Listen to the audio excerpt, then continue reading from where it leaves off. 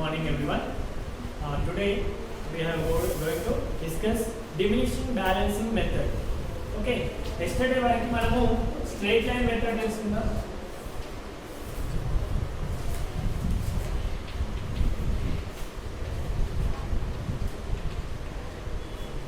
Straight line method,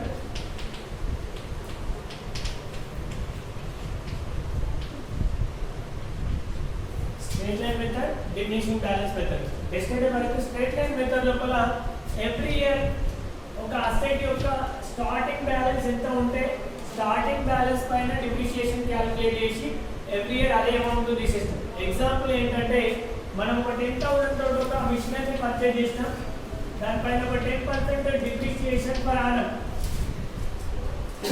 ఒక 10% depreciation అంటే 1000 rupees అవుతుంది. అంటే ఎవ్రీ ఇయర్ ఫస్ట్ ఇయర్ లోపల 1000 డిడక్ట్ చేస్తాం, సెకండ్ ఇయర్ లోపల 1000, ఫైనల్ ఇయర్ లోపల 1000. అంటే ఎవ్రీ ఇయర్ సేమ్ డిప్రిషియేషన్ ని డిడక్ట్ చేస్తాం. ప్రతి సంవత్సరం సేమ్ అమౌంట్ డిడక్ట్ చేస్తాం.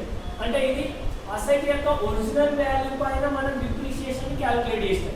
ఒరిజినల్ వాల్యూ పైన 10% చేస్తే 1000 వచ్చింది. ఆ 1000 ని ఎవ్రీ ఇయర్ ఫస్ట్ ఇయర్ అయినా, సెకండ్ ఇయర్ అయినా, థర్డ్ ఇయర్, ఫోర్త్ ఇయర్, ఇట్లా ఎన్ని సంవత్సరాలు అయినా, how many years based on years we have only consider one straight method. అంటే ప్రతి ఇయర్ ఒకటే అమౌంట్ తీసుకున్నాం.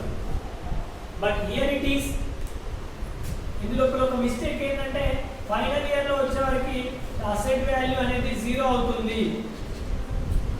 అట్లా 10 ఇయర్స్ మనం 1000 అనేది డిడక్ట్ చేసుకుంటూ పోతే ఫైనల్ ఇయర్ లో అసెట్ వాల్యూ 0 అవడం జరుగుతుంది. బట్ మనకు ఉన్నటువంటి ఆడిటింగ్ బేసిక్ ప్రకారం ఏ అసెట్ వాల్యూ అయినా 0 కాదు.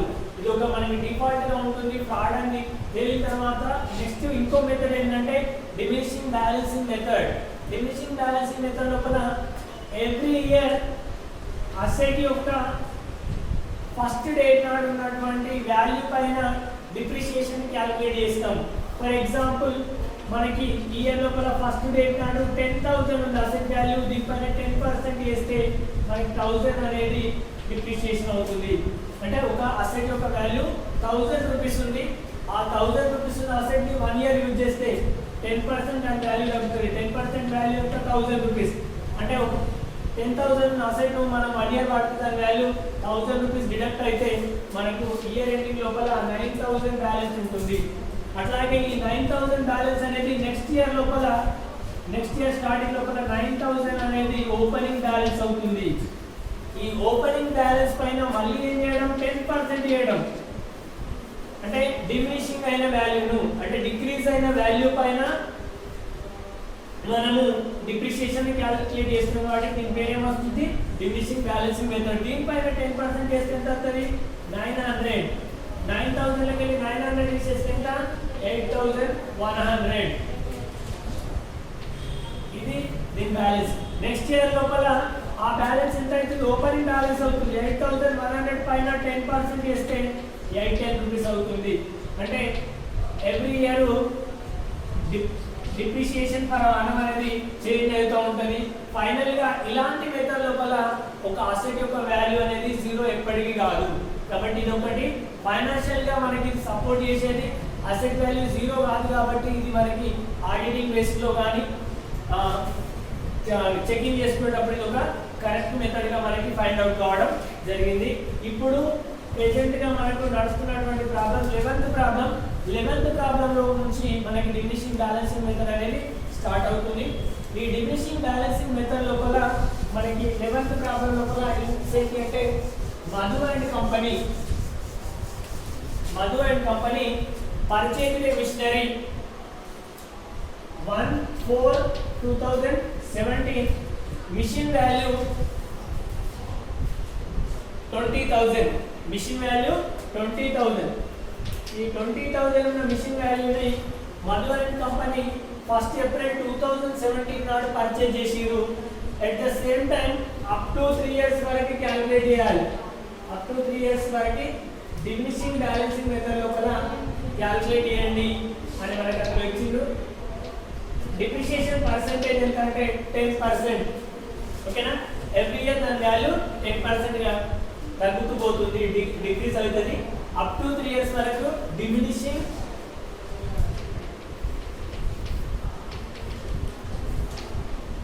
Balance method. Okay, downward method అని కూడా అంటారు దీన్ని.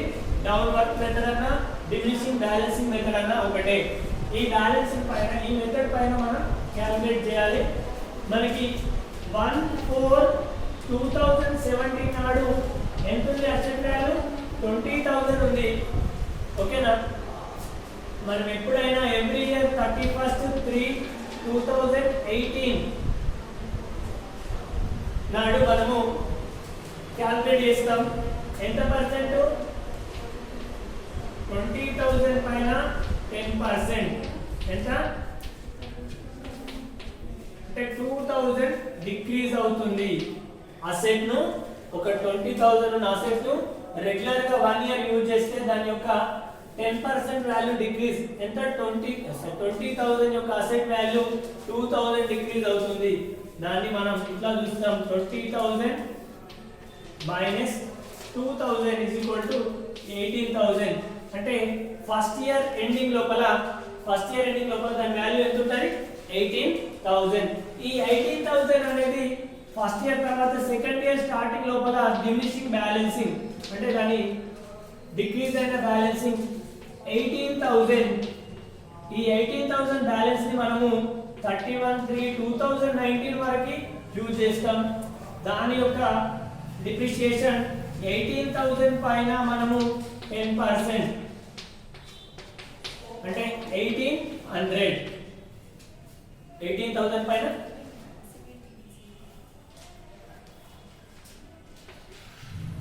18,000.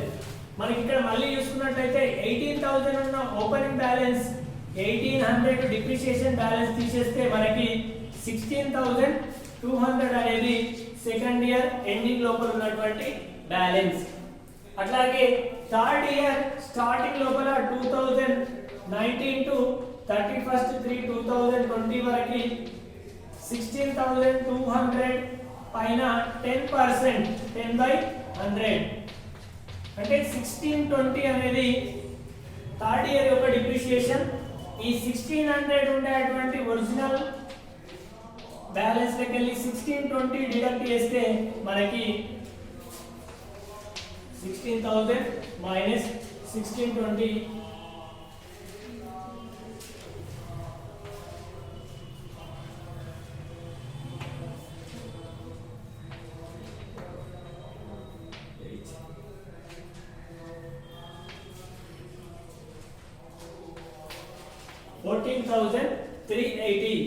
14,380 ఫైనల్ ఇయర్ ఎండింగ్ లోపల ఈ అసెట్ వాల్యూ ఉండడం జరుగుతుంది. సో దీన్ని మనం ఇక్కడ ఉన్నటువంటి ప్రొఫార్మా లోపల సబ్స్టిట్యూట్ చేస్తే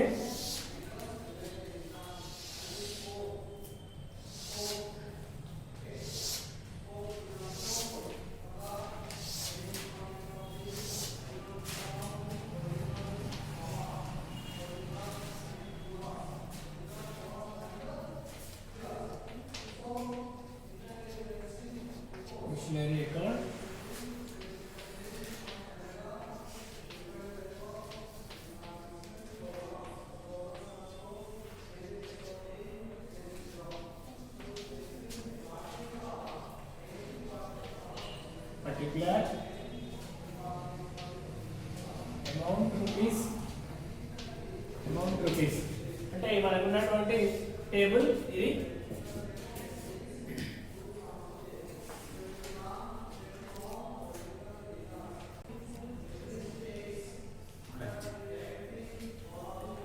ఓకే, ఇక్కడ ఉన్నటువంటి ఈ వాల్యూని ఈ టేబుల్ లో కూడా సబ్స్టిట్యూట్ చేస్తే మళ్ళీ ఫస్ట్ డేట్ నాడు 1/4/2017 నాడు టు క్యాష్ అకౌంట్ అంటే మనం పర్చేజ్ చేసింది 20,000.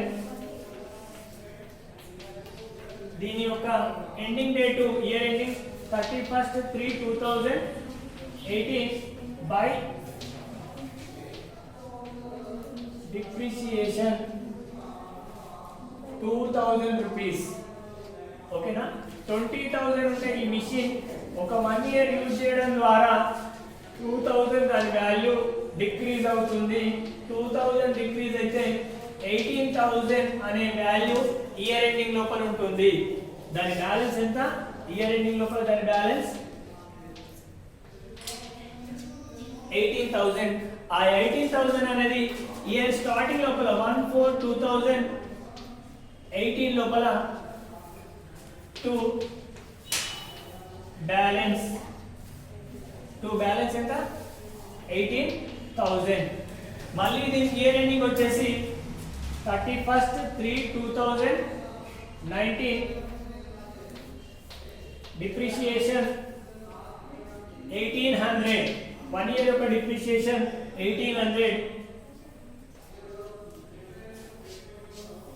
ఈ 1800 ని 18000 నుంచి డిడక్ట్ చేస్తే 16200. 16200 అనేది బై బ్యాలెన్స్ క్యారీ డౌన్. అంటే సెకండ్ ఇయర్ ఎండింగ్ లోపల 1800 డిప్రిషియేషన్ పోతే రిమైనింగ్ బ్యాలెన్స్ 16200. అంటే 17 సెకండ్ ఇయర్ లోపల 18000 ఉండేటువంటి అసెట్ వాల్యూ 1800 డిప్రిషియేషన్ తీసేస్తే రిమైనింగ్ బ్యాలెన్స్ ఎంత? 16200. అంటే ఫైనల్ ఇయర్ స్టార్టింగ్ లోపల 1/4/2019 ను బ్యాలెన్స్ 16200. ఫైనల్ ఇయర్ లోపల స్టార్టింగ్ బ్యాలెన్స్ దాన్ని 1 ఇయర్ యూజ్ చేస్తాం 31/3/2020 వరకు బై బ్యాలెన్స్ బై డిప్రిషియేషన్ 1620. 16200 ఉండేటువంటి ఫైనల్ ఇయర్ లో 1620 దాని డిప్రిషియేషన్ తీసేస్తే remaining balance 14580 rupees by balance carried down. Okay, ఇది మనకు ఉన్నటువంటి ఇక్కడ ఉన్నటువంటి ఈ వర్క్ నోట్ ని అలా సబ్స్టిట్యూట్ చేయడం. ఫైనల్ గా 1/4/2020 టు బ్యాలెన్స్ brought down 14580 అని రాసిస్తే మనకి 5 మార్క్స్ అనేది కంప్లీట్ అవుతుంది. ఎక్కువగా ఎగ్జామ్ లో వచ్చింది కూడా ఇదే method. Okay, thank you. Right, next మనకి దీని తర్వాత ఉన్నటువంటి second problem 12th problem. A firm purchased a machinery rupees 35,000 and erection charges 5000. అంటే 35,000 తోటి పర్చేజ్ చేసి కొన్నారు. ఎరెక్షన్ చార్జెస్ రిపేర్ లేదంటే ఎస్టాబ్లిష్మెంట్ కోసమో 5000 ఎక్స్పెండిచర్ చేసిరు. ఏ డేట్ నాడు పర్చేజ్ చేస్తున్నారు అంటే 1/4/2017 నాడు 30,000 తోటి పర్చేజ్ చేసిరు ప్లస్ 5000 ఎరెక్షన్ చార్జెస్ అంటే రిపేర్ చార్జెస్. టోటల్ ఎంత? 35,000. దీనిపైన depreciation for BA 20%. Calculate diminishing balancing method up to 31st March 2020. అంటే ఒక ఫార్మ్ ఒక ఆర్గనైజేషన్ ఒక మిషన్ ని 30,000 ప్లస్ 5000 35,000 తోటి పర్చేజ్ చేసి ఏ డేట్ నాడు? ఫస్ట్ డేట్ ఏప్రిల్ మంత్ 2017 నాడు పర్చేజ్ చేసిండ్రు. అది 1 ఇయర్ యూజ్ చేస్తే దాని వాల్యూ 20% డిక్రీజ్ అవుతుంది. ఎట్ ద సేమ్ టైం ఎప్పటి వరకు ఏమన్నాడు? 31st మార్చ్ 2020 వరకు వేయాలి. ఇది కూడా డిమినిషింగ్ బ్యాలెన్సింగ్ మెథడే. సో దానికోసం మనం వర్కౌట్ చేద్దాం. 1/4/2017 టు 31/3/2018.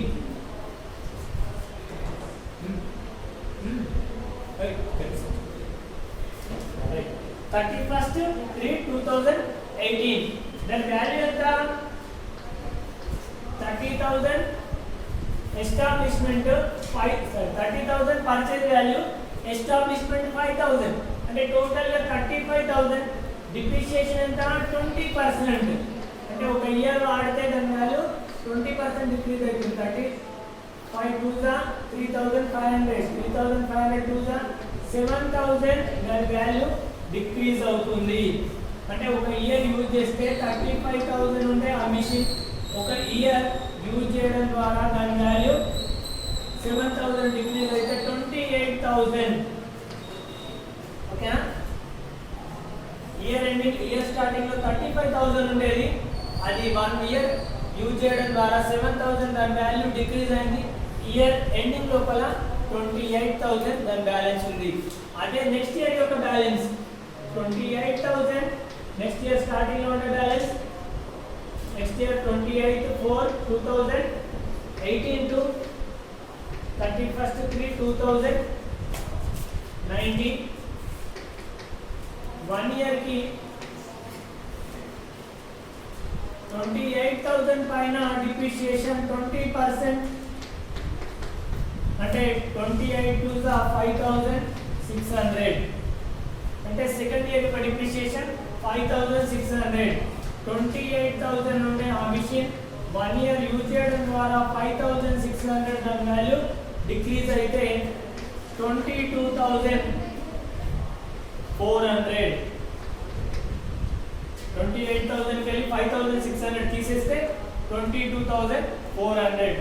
అదే second year ending balance. At the same time final year లోపల థర్డ్ ఇయర్ లోపల స్టార్టింగ్ బ్యాలెన్స్ కూడా 22400. 2019 to 31st 3 2020. దీన్ని 1 ఇయర్ డిప్రిసియేషన్ 22400 into 20/100 అంటే 4480. దీని డిప్రిసియేషన్ ఈ 22400 ఉండే అసెట్ వాల్యూ 1 ఇయర్ యూజ్ చేయడం ద్వారా 4480 డిప్రిసియేషన్ అవుతుంది. 4480 డిప్రిసియేషన్ తీసేస్తే 17920. 17920 దాని వాల్యూగా ఉంటుంది. ఎంత? 31st 3 2020 దాని వాల్యూ 17920. ఇక్కడ ఉన్నటువంటి ఈ వాల్యూను ఇక్కడ సబ్స్టిట్యూట్ చేద్దాం.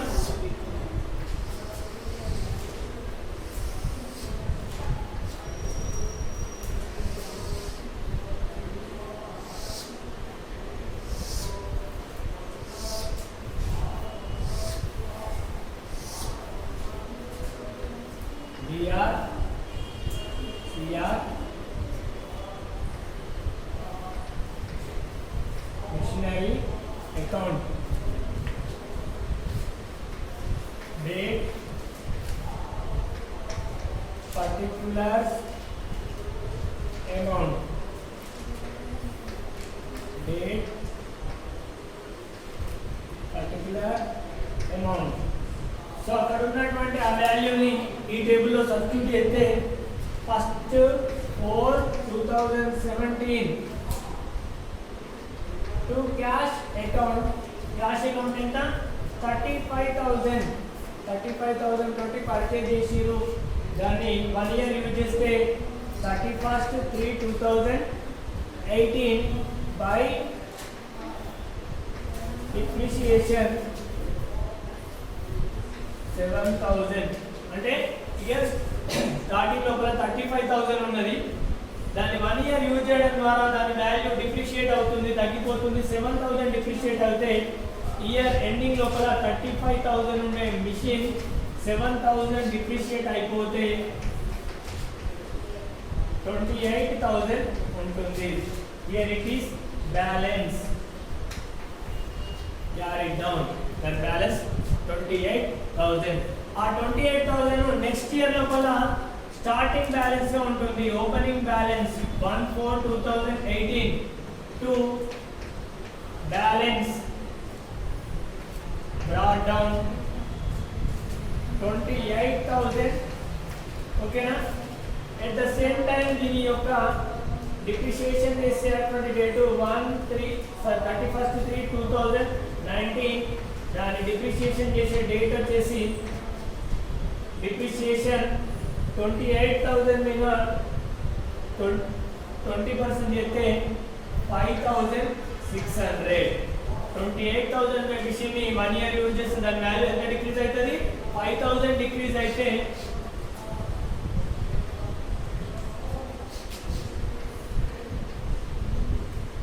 22,400 గా ఉంటుంది.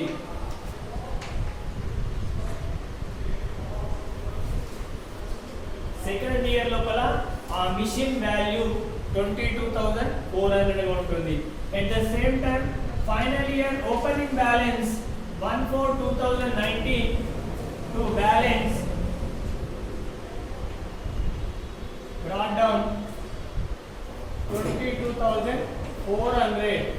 దీన్ని మళ్ళీ 1 ఇయర్ యూజ్ చేస్తే 31/3/2020 బై